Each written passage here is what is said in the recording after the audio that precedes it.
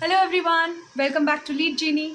Um Hope all of you are doing fine and enjoying your time with all these interesting discussions that we continue to have at hashtag Lead Genie.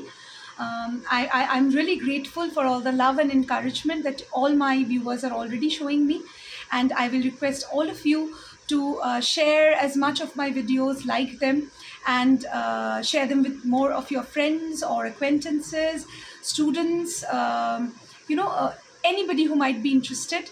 And let's just continue with this amazing journey that we have sort of started together. So for today's discussion, I have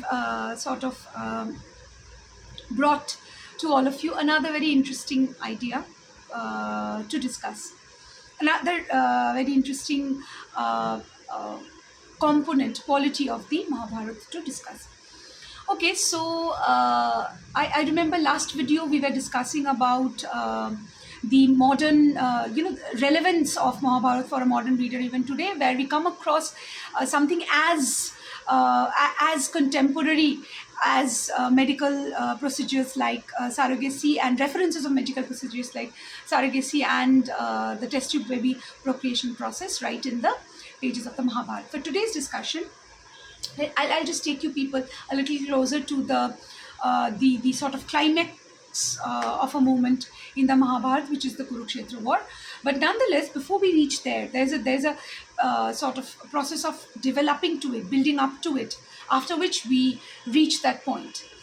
So after the first dicing game that takes place, and the disrobing of uh, Draupadi takes place as a result of, this is one of the most known episodes, I'm sure all of us are acquainted with it, how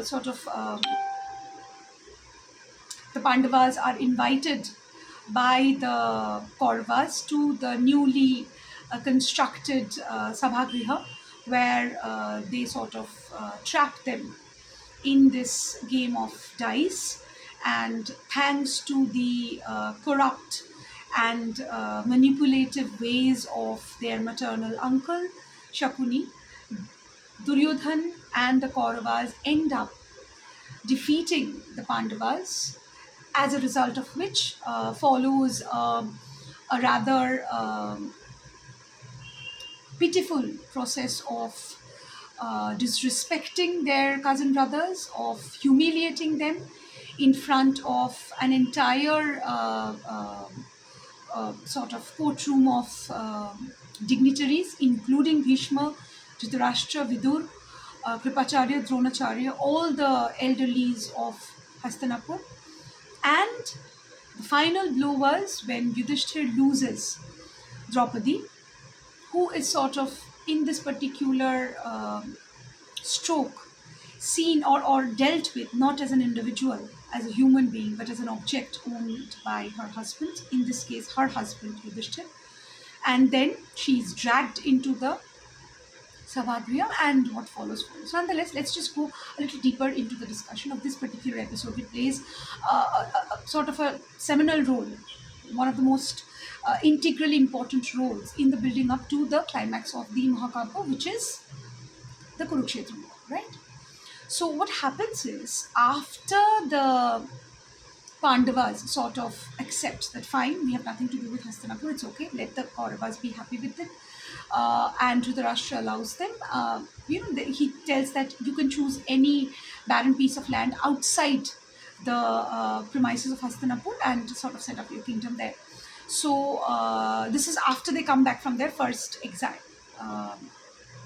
And so Yudhishthir, along with the Pandavas, choose three little villages outside the premises of outside the periphery of Hastinapur, and this is almost sort of a non-habitable piece of land known as the Khanva Prastha forest, because this was a burnt piece of woodland, because mythologically the popular story was that one day uh, sort of Agnidev had, in an acute state of hunger, had eaten up too much, and as a result he had and indigestion. And there was a huge acidic flame growing inside his gut, and he had to sort of vomit it somewhere. So he came and sort of vomited at Khandaprastha, as a result of which the entire acidic flame burnt the place.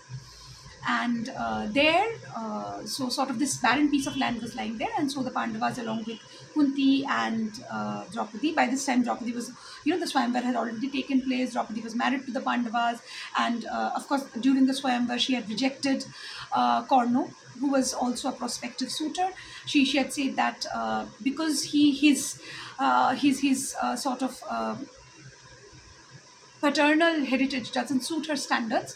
He's born of a Sooth, meaning a charioteer. She's not going to accept him in marriage. Though he was, before Arjun, he was the one who had managed to hit the fish's eye, which was sort of the bait. I mean, the only claim in the Swayamvar that would sort of posit a prospective suitor to be suited to be a candidate for, to be considered for the marriage with Draupadi.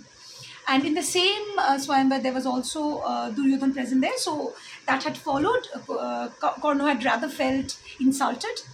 Nonetheless, so all that was over, and when the Pandavas brought her back and told their mother, "See what we have got for today's alms," she had, before even looking back, she had said that whatever it is, all the brothers should equally distribute it, and that is why Draupadi came to have 9, to be married to all the sort of 5 brothers, which again is a continuity from her earlier birth, because in her earlier birth she sort of had conducted this acute penance, as a blessing, out of which Lord Brahma had, one of the 3 Adi Devs, he had blessed her with with her sort of blessing of choice, which was she wanted her husband to have a certain series of qualities. And when Brahma heard those qualities that she was demanding, he said that, fine, Tathastu, you will have all those qualities in your husband, but it's not practically possible for one single human being to have all those qualities. So in your next birth, you will have a series of husbands, and a collective cumulative of all those qualities, of all their qualities, will be a complete sort of gathering of all the qualities you've put down in your list. That's why in her next birth, she came to be married to 5 men, and all the distinctive qualities that the 5 Pandavas had was in total the complete list that she had presented to Lord Brahma. Anyway, so that was over, and so now, as they are trying to set up their kingdom in Khandaprastha, Lord Krishna, who by now has already become a very close acquaintance of the Pandavas, and is a dear friend to his dear his dear friend Draupadi, and so what he does is he invites Mayasur, who, again, there is an anecdote of a story to the presence of Mayasur in this in the progression of this story. What Mayasur did was, once he was in dire danger of being killed by the snake Taksha, and it is Arjun who had saved Mayasur from this threat. As a result, Mayasur already was in debt of a favor to the Pandavas for saving his life.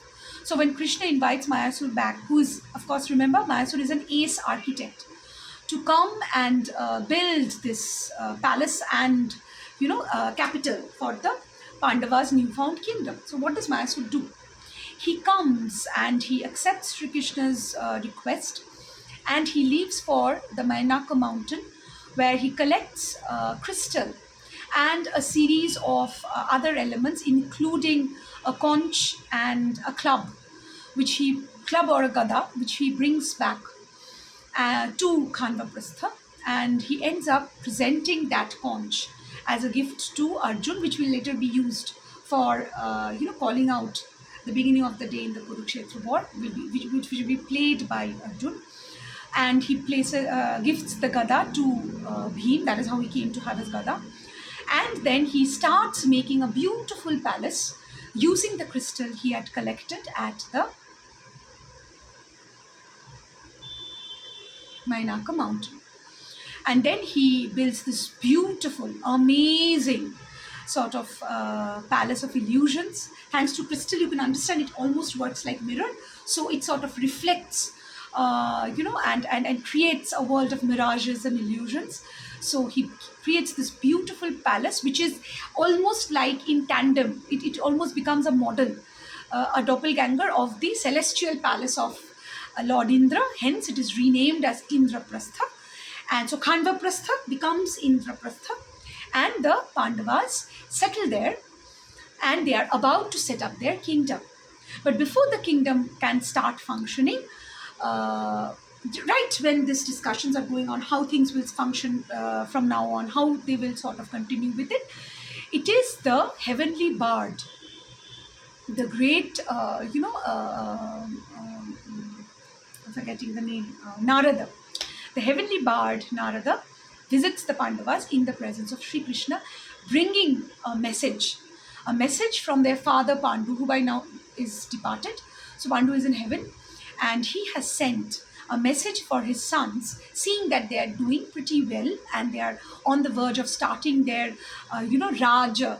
Uh, Rajaniti, which is the act of starting to administer. And so he's the messenger. He's this heavenly messenger here who has brought this special message for the Pandavas right from their father Pandu, and that is going to now take upon the next course of events. A series of events will follow, which will be the result of this message that is received by the Pandavas, right? So, but that's not to be discussed now. I'll take it over to my next video. Hope you people like enjoying watching these videos. You keep getting enriched. In a way, these little videos finally manage to reignite our lost interest in our traditional literary past, and let's all just hold hands together and trade our journey, our steps back to that rich heritage.